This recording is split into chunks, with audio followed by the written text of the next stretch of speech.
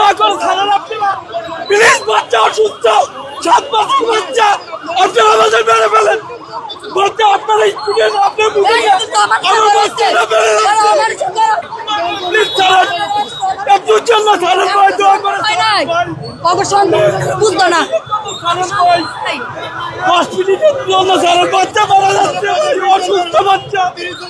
ছাড়েন প্লিজ। আপনাদের কি বাবা নাই নাকি বুঝতেছেন না? একটু নামতে পারেন। শিক্ষার্থীদের সঙ্গে একটি ধস্তাধস্তি হয়েছে শিক্ষার্থী এবং সাধারণ মানুষ যারা রয়েছেন তাদের মধ্যে। আপনার মায়ের সন্তান না, আপনার মায়ের সন্তান না, আপনারও তো মায়ের সন্তান, তাহলে কেন আমাদেরকে ভোগাইতেছে? আমরা ভোগাচ্ছি না, আমরা 1.5 মাস আন্দোলন। আমার কথা শুনেন, আমি 1.5 মাস আন্দোলন আমাদের নিজেদের ইনস্টিটিউটে করছি। 1.5 মাস কোন সরকার কোন পদক্ষেপ নেয় নাই। আমি বাধ্য হয়েছি লাস্টে রাজপথে আসতে। আমি একদিনে আসি নাই। ক্ষতি করছি সরকার তো দেখতেছে, সরকার এই সরকার কোনো ডিসিশন দিছে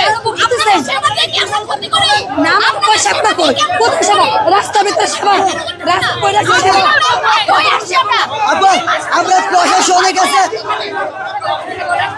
হ্যালো আপু, এই শুনেন,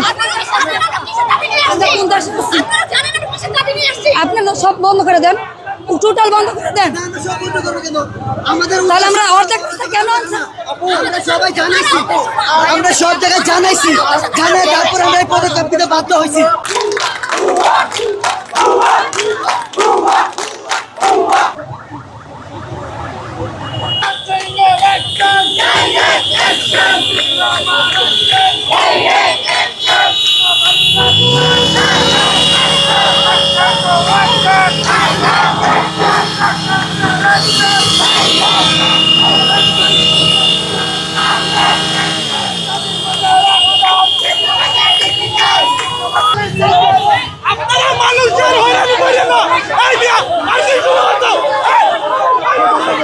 দর্শক আপনারা দেখতে পাচ্ছেন সাধারণ মানুষ কিন্তু খেপে গিয়েছে।